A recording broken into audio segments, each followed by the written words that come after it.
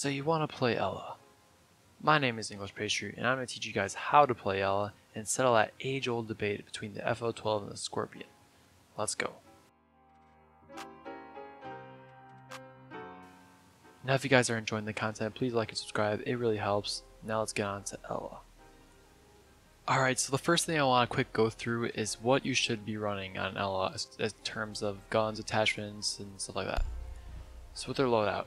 First, I want to settle this age-old debate between the Scorpion and the FO-12. Now, obviously, before the Scorpion buff, FO-12 was really good, and you want to run that literally every time. But now with the Scorpion buff, it's not that bad of a weapon. And I think whether you run the shotgun or not really depends on one question.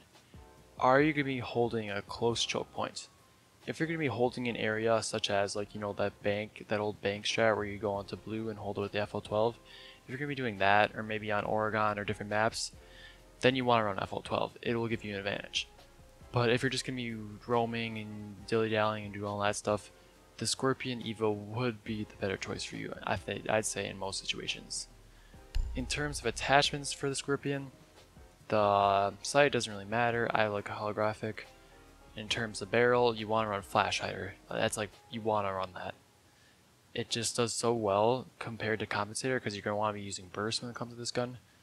So it just does really well.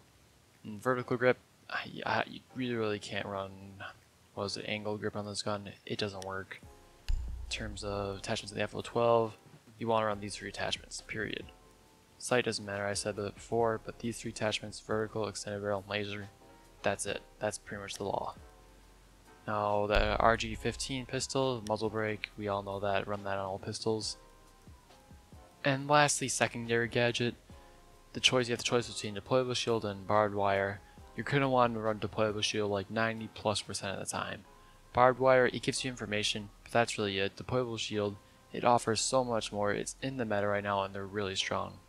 You can do a ton of things. I'll probably throw a slight demo later in this video, but overall they're really good and you want to run that. Now first, I just want to go through the strengths and weaknesses of ELA. Now the first strength I want to go through is that she's a 3-speed.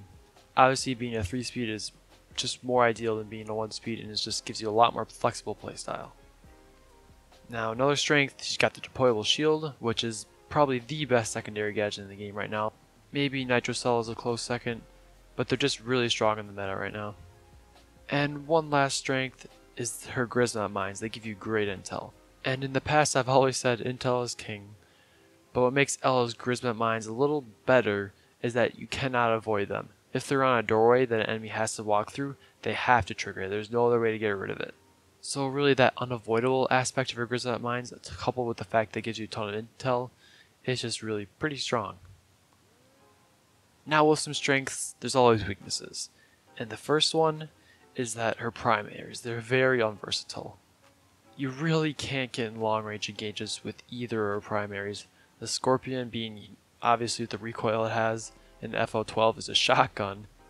It's just really not good if you plan on getting into engagements that are, 20 meters out, or even shorter honestly. And now the second weakness to her is, I guess, how unnecessary she is.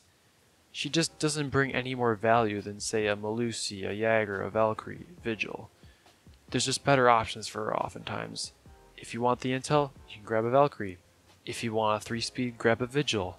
If you want her for that unavoidable aspect, you can grab a Melusi. Yeah, she has a pretty, decent package, but oftentimes you can pick someone better that can fill the role better than ELA can.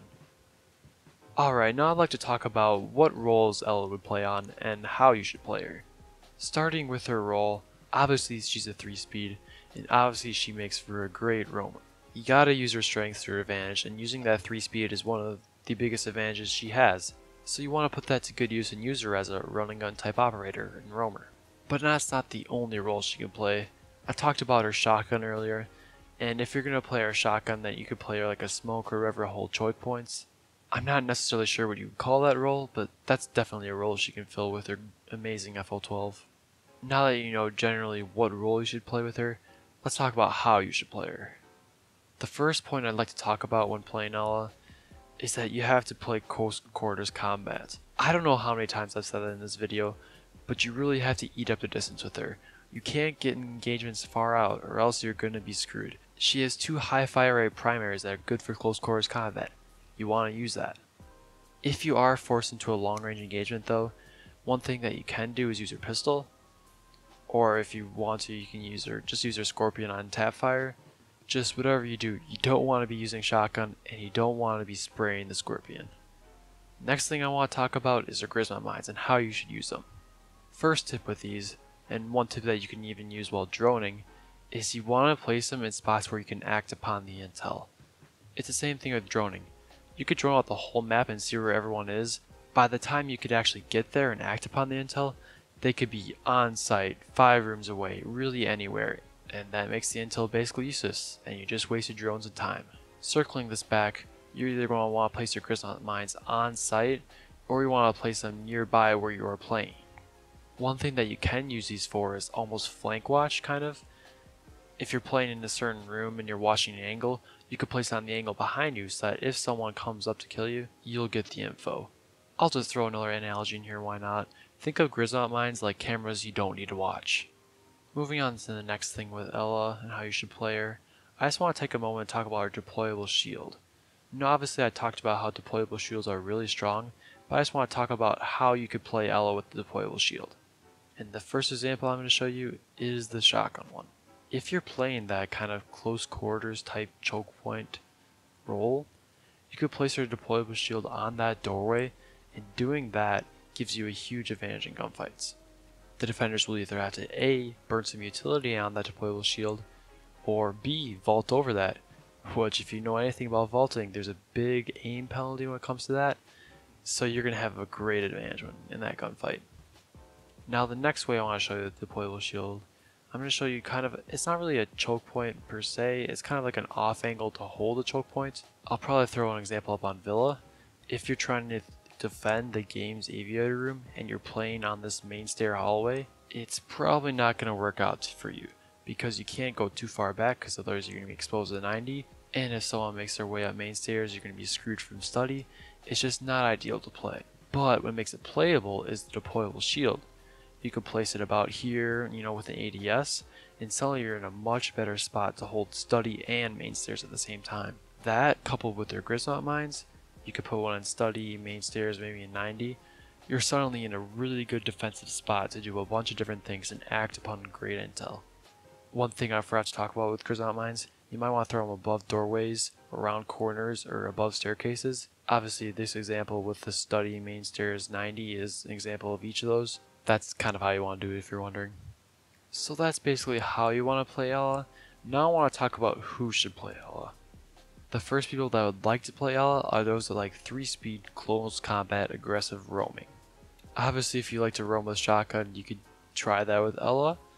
Probably not the best option, but otherwise maybe some people that really like playing Vigil and want the info of Ela. Maybe if you want the 3-speed on a Valkyrie, if you want someone that's like Melusi. Those are kind of the people that I generally would throw on Ela. Another, I don't think you'd call it type of people that would want to play Ela are those that like their flanks watched.